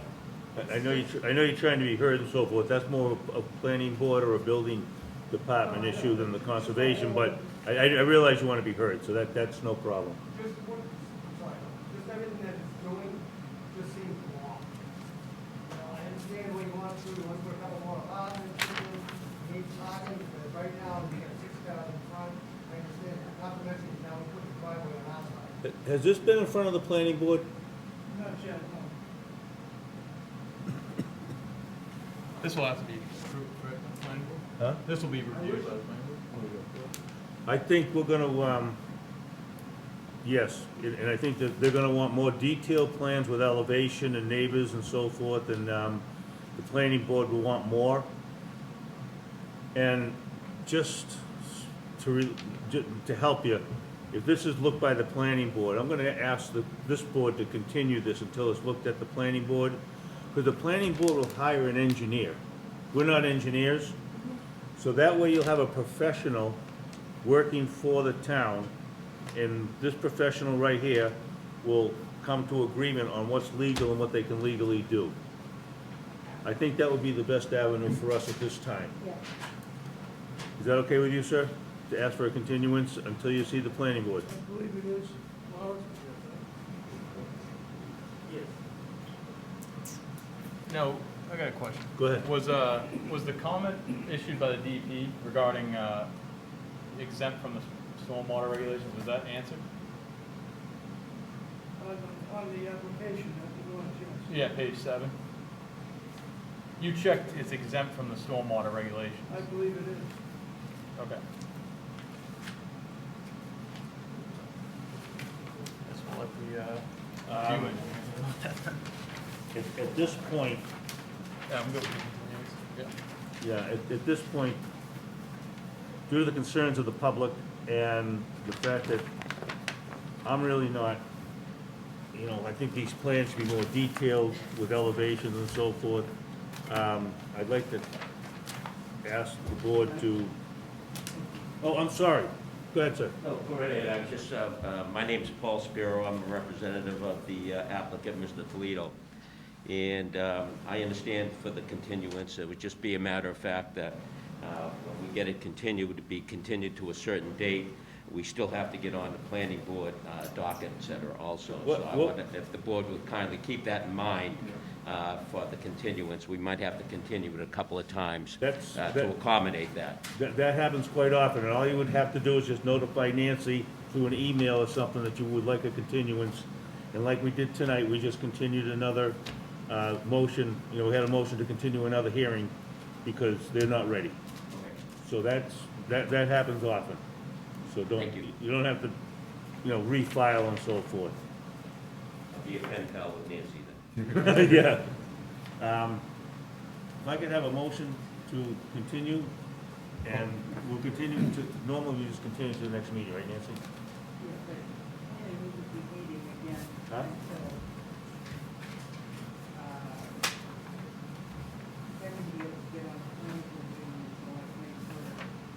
But should we just continue until after that?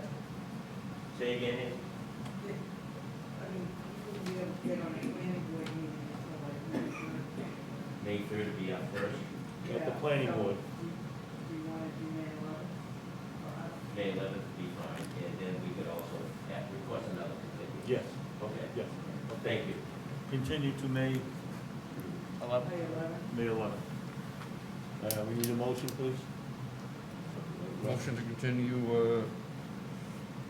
222 Center Ave, Abington, SC number 084544 till at least May 11th, 2021. Second, please? I'll second it. All in favor? Aye. Okay. Thank you. You're welcome. Now,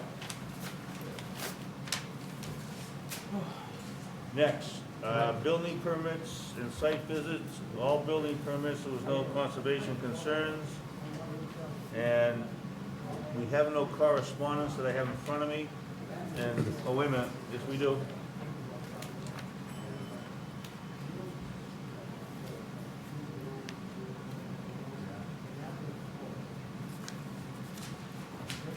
National Grid is just notifying us that they will be doing some work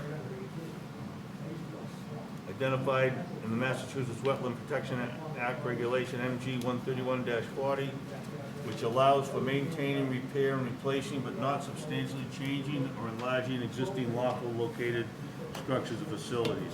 And this will be taking place, I guess, along the power lines. Yeah, they've been doing it already. Well, they- Behind them, all along the Stop and Shop. Okay, they've already started, but that's a notification. Has everybody had a chance to read the minutes, please? From March 2nd, 2021. Are we missing two applicants here? Or if people come in for the certificate of compliance, I don't see, They were, one was continued, the first one was continued, and the second one was granted, was which one was granted? 81 Crabtree. I don't understand that. This, I'm sorry, but that application is from like 2000 and it's 16 years old. And I just don't understand. I mean, the issue, she This- said she doesn't understand, it's 16 years old, and I think it's the last 3 hearings, we've had stuff that's been 10 plus Yeah, years old. what the situation is here, the house. There's no conservation agent, there's no Right. planner, there's no, we No. have a building inspector, that's it. That's what it comes down to. Right here, this is the form, Where's the as-built? If these people just sold this property. but it was, the as-built for the house originally was done, that certificate of compliance went through. They had an addition, they didn't realize that the builder did not come after the certificate of compliance. He sold the house, and after he sold the house, the new owners are having trouble, Title. with the title search, because that certificate of compliance was never complete for an addition. So, we got to clear the title, and he gave us an as-built the best he possibly could, and that was presented tonight, and then this happens. I mean, people have additions or put pools in and so forth. They come through with a notice of intent. They expect the builder or the engineer to get the certificate of compliance. They don't know about it until years later when they go to sell their house. Well, how do we know the work was even done properly? Huh? How do we know the work was done properly? Well, we don't. I mean, it says right in How do you there- know it wasn't? Well, That's the whole, he doesn't know either. This goes back years and years. Well, you know, It's I- not just this town, but it happens in many towns, and it happens all the time. It's just, I mean, I looked over the order of conditions and all the bales and everything else is supposed to be there. Of course, they're not gonna be there after 16 years. People wanna make sure that their yards are landscaped, but, you know, this, I'm volunteering for the board to be able to go in there and go through the files and see what I can find. that has been tried. I've tried, and it's almost impossible, but Well, doing a little bit's better than nothing, because these people are coming forth, and, I mean, why are we giving orders of conditions if they're not complied with? But you don't know if they complied with 16 years later. Well, that's right, and we don't know if they had them. So do you want to hold up a title on somebody's house because you don't know how it's No, built? we're just going to eliminate this happening. We're gonna have to somehow, It's been happening for as long as I've been on the board and before I got on, and it'll happen after I'm gone. well, starting, anything that's filed now is going to be a tickler file, and notification's gonna have to be sent out to these people, and it's gonna have to be in there. You know, you've got so many, it's like having the replication. It's a 2-year period. You've got 2 years, and that's it. And you come up in front of us again. I mean, it's gonna be done. Is what? No, then more than twice. It's 16 years. many times that this happened to us before. I know, I know. I think in most commercial properties, I believe the building inspector, in the order of conditions, they're not supposed to issue a building permit until a certificate of compliance is approved, correct? On commercial, Sign off. Commercial, I right? don't think they can get a, you building. can't get a clear title on commercial, I know, until they come. But I know there's been projects that come before us all over town, Yeah. and it's just like developments where they have condos, different condos and so forth going up, and they just do one condo at a time, sell it and so forth, and then, so we give out a order of conditions to build in this property, but we don't have any control over when the condos, for instance, are built, and then the condos are sold, but there's been no certificate of compliance put on the project. Once, and then what happens is the building itself will go up, and that's just a building permit. So that there's a lot of things that go on that, and you can't keep track of them all. Yeah, I can't, but I mean, can't a certificate of compliance have to be completed before the building permit is signed off? And that's another good reason The why. occupancy permit, I think we have that in our. it's supposed to be. It's supposed to be. But there's no checks and balances here. We don't know when a project is done, and the people want an occupancy permit so they can get moved in, so it's just signed off. Sometimes you have to realize that a building permit is put out there without conservation needed. There's no conservation issues, so the Right. building department really doesn't know. Oh, I have that next door to my house. Building permit was taken out 3 years ago, it's never been signed off on, and we sold the house, and now this building is sitting there, being approved. No, it's an ongoing problem. I mean, It happens all over. all the time, in every town. I mean, one of the things that could help mitigate this having a planner or a conservation. No, agent or I just signed anything, Rose Place. You know what I mean, a town. Like, we don't have, Abington doesn't have. 14, They have one building the only other- inspector, the only guy who. 1410 I don't sign. This is Rose Place. No, I've never dealt with him, actually.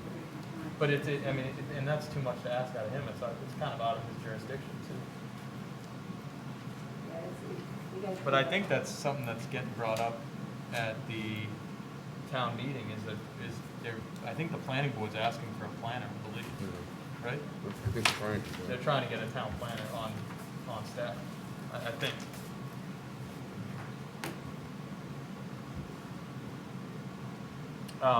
Mike, I got one thing for the site visits.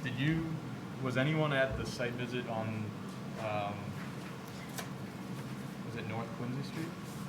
Yes, I was. You were? I was, and that was, the only, myself and Mike White, what is it? You guys. Whiteside, yes, from the DEP. He was also there. We have been in touch with the Victor. Victor is going to have an engineer and a botanist come in and flag the wetlands. Then we will go in and determine, or he'll come through after that with a request for determination to figure out how far that they can park within the wetlands. There's really not that many wetlands there. Okay, that's not, the violations are more for the fire department, Yeah, for the health department and so forth, but it basically, we will be the easiest board to get through and get done. So that's where it stands right now as far as that goes. I'm looking for for the minutes. Motion to accept the minutes as read and printed for March 2nd, 2021. Okay, we have a motion. Second? I'll second. Second, all in favor? Aye. Aye, okay, that's done. Now, you wanna pass these out? And before we start with that,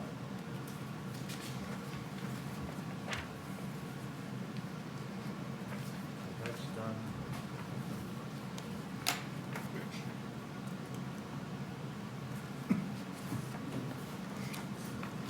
Okay,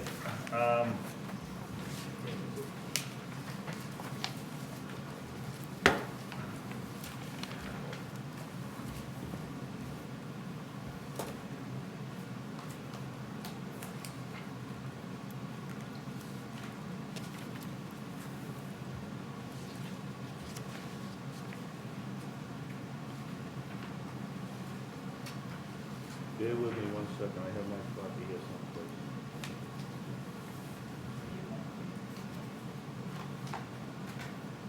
No real one? Okay.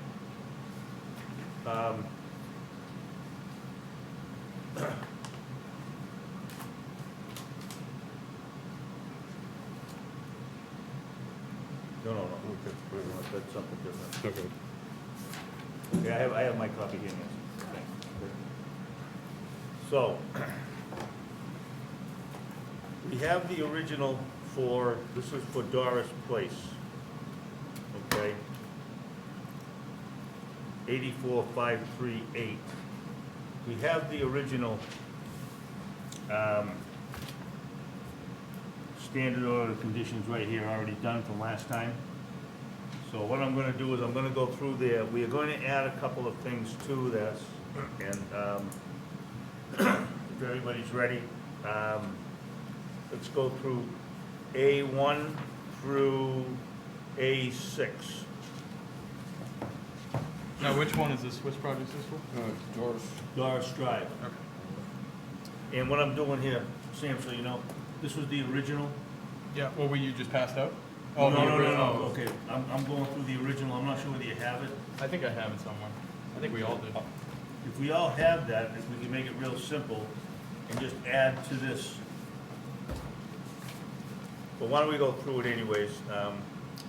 A1 through A6, B1, B3, B4, B5, B7, B8. On A1, that's gonna be at 10 feet from the wetland edge depth. Who is this for? Which one? Doris Drive, Rose Place. Okay, prior to commencement of All right, I got B5, B7, Would you say B8. Just A1? 10 feet? A1 is 10 foot, that was on the original one. That was on the original one, but didn't they change the delineation? We're gonna add some stuff to it. I think it should be bigger. Okay. Wetlands replication, E1, E2, E3, E4, E5,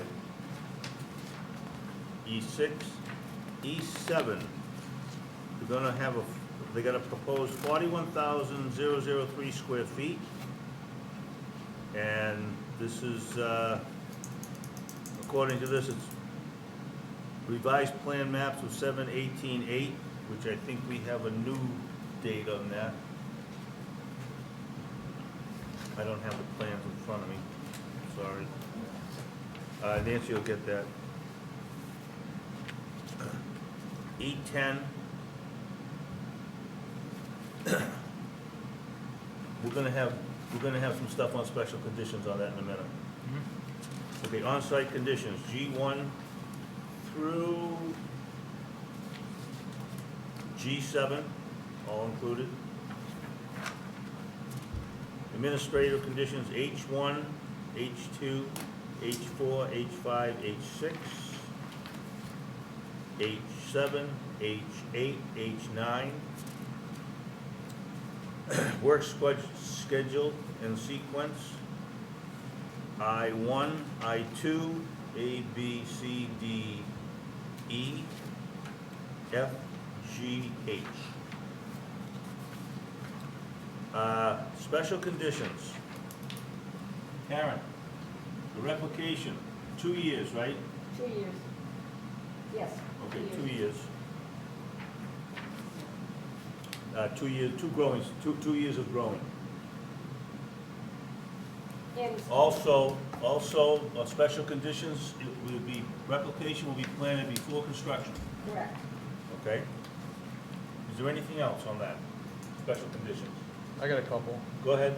Um, You think?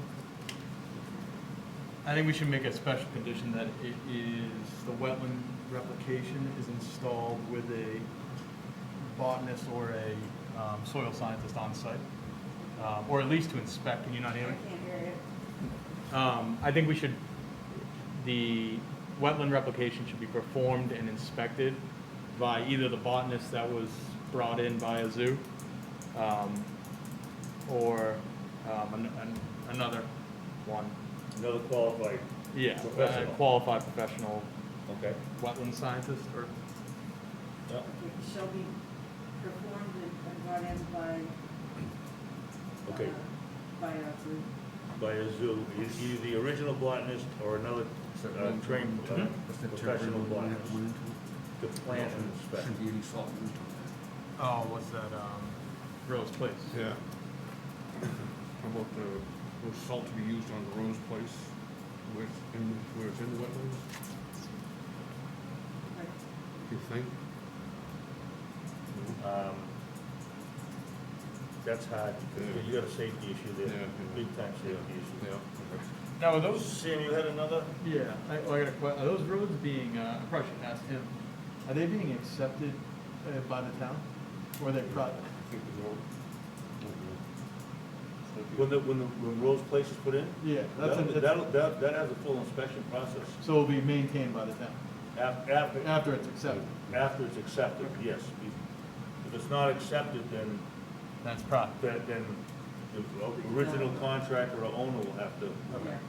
I wouldn't be opposed to having a pre-construction meeting between a zoo, the owner, potentially the botanist, and potentially the commission too, to kind of make sure we're all on the same page. Because we can't refer to Whitman, they're two use. Yeah, I mean, invite Whitman too, Sure. just to make sure that everyone's on the same page with what's being performed, or how it's performed. Whitman, we will invite them, they're down to having basically nobody on. That's the what contract. Karen was saying, they have one or two people. Yeah. But anyway, that's fine. Did you get that answer? Okay. And I mean, it doesn't really matter who goes, I just think that the site contractor is not the one standing up here. Yeah. You know what I mean? It's a zoo, if he was doing the work, he would do it correctly. Right, and the other thing is our town engineer has to sign off as the project goes along. Yeah. With streets and drainage and so forth, okay? Yeah. So there's checks and balances on that. Right. On the planning board end. Right. Okay. Yeah. Anything else? From Karen, Karen, the signed papers. Oh, yeah, there's a third one here, I don't know what it's for, what am I signing? The third one is for It says Rose Place, and then there's one that's marked, so that's for the certificate of compliance. yeah, and then there's this one that doesn't have any amount but signatures. That's the certificate of compliance. Right. This one's Rose There was Place, the two. other one's 1410 Bedford. Oh, Crabtree, which you weren't here at the time. Oh, yeah, yeah. Oh, okay, that was the one that Yeah. you wanted. 1410 Bedford, there's two notices of There's three. intents. 1410 Bedford, Doris Drive, those are the notices of intents. And certificate of compliance is, But she wasn't Crabtree. here. But she wasn't here for that project. She came in afterwards. I walked in a couple minutes late. Okay, that's the four signatures, 1410. That's Rose Place. And that's Crabtree. Now, I would like somebody to take over for the standard order of conditions for 1410 Bedford Street, if you would. Do we have anything else for Rose Place? Do we Oh, want? I'm sorry. Do we want to restrict anything for construction as well? What times? Up and down the street, maybe? See again? times they can put construction up and down that street? That's not up to us, that's the planning board. We can restrict construction vehicles coming in and utilizing that 18-foot wide. Well, that would still, that's a noise thing anyways, it's, the town has a bylaw, 7 o'clock in the morning. No, I'm not saying, I'm saying the use of just construction, we didn't really see an erosion sediment control plan. Like, the construction of the road, are they gonna be utilizing that Rose Place, drive or the Wilbur Street extension? They You know? use Willow Street, the other one's fire almost. Okay. And that gate will be installed, I would assume, right away, right? Yeah. Okay. That clears it up. I'm good. Okay. No, no. Want to take the order of conditions for 1410? That was just Blau. Bedford then? Yeah, sure. We'll do 1410. Okay, Sam, if you would take over and do 1410 Bedford Street, I'd appreciate it. Well, this is the full one, right? Yep. Yep.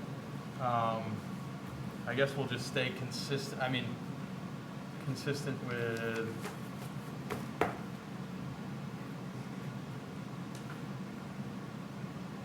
I guess A1 through 6, right? And then 10 feet on A1. 10 feet, I don't know if 10 feet's doable on that property, maybe. You think it's too short of a distance, or it should be longer? No, I think it's too short. I don't think, they're proposing to work right up until, maybe do 5 feet? Do right on it, Yeah. basically. Maybe 5 plus or minus feet or something Yep. like that? Oh.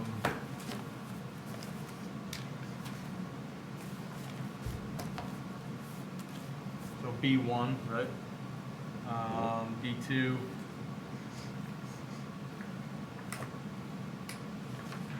B3. B4.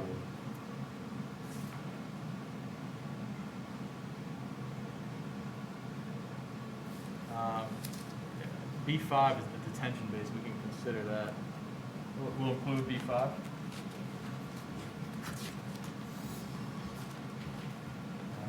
B7, I guess, and B8. Flood control, that's not applicable, right? No.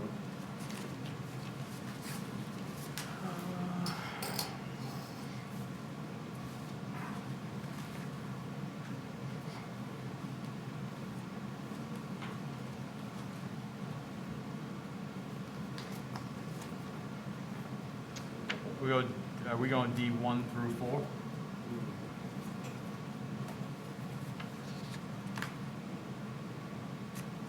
My only thing was with the salt, for especially D4, is the proximity to the wetlands. So no C? No C. Definitely.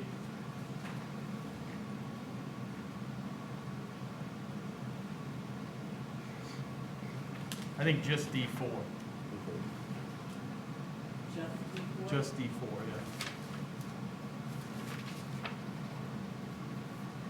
yeah. E is not applicable. F isn't applicable.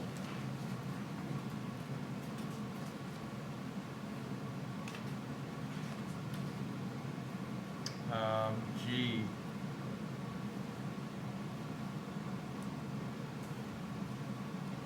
G1 through 7, right?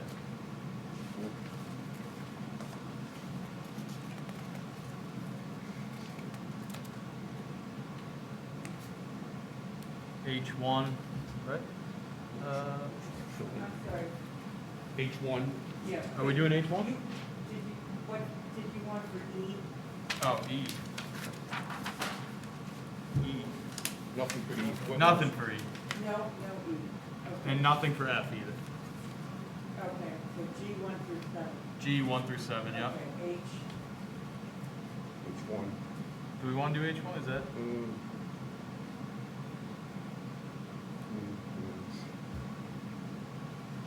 No, we don't know. No.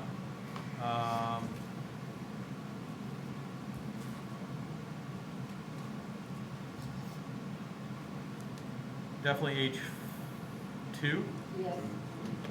2, 3, 4, 5, and 6 as well. And 7.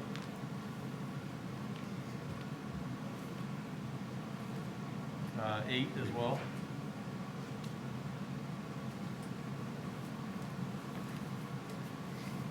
And 9. So that's all of H, right? H2 through 9, Nancy.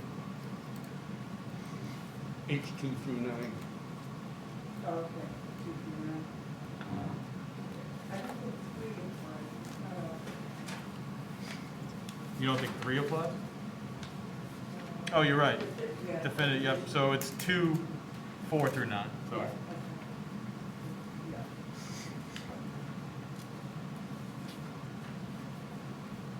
And then I is applicable, right? 1 through.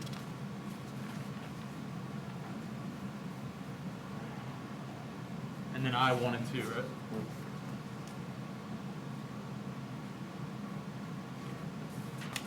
Any special conditions? Special condition? Okay, I'm sorry. I want, if you want 2, all of it, or?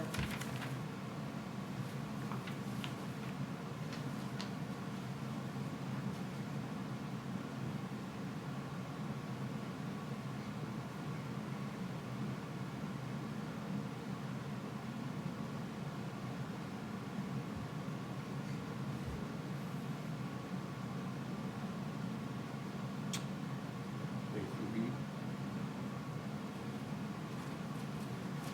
Yeah, A through D, Yep. right? Yep. A through D? D, okay. Any special conditions, J3?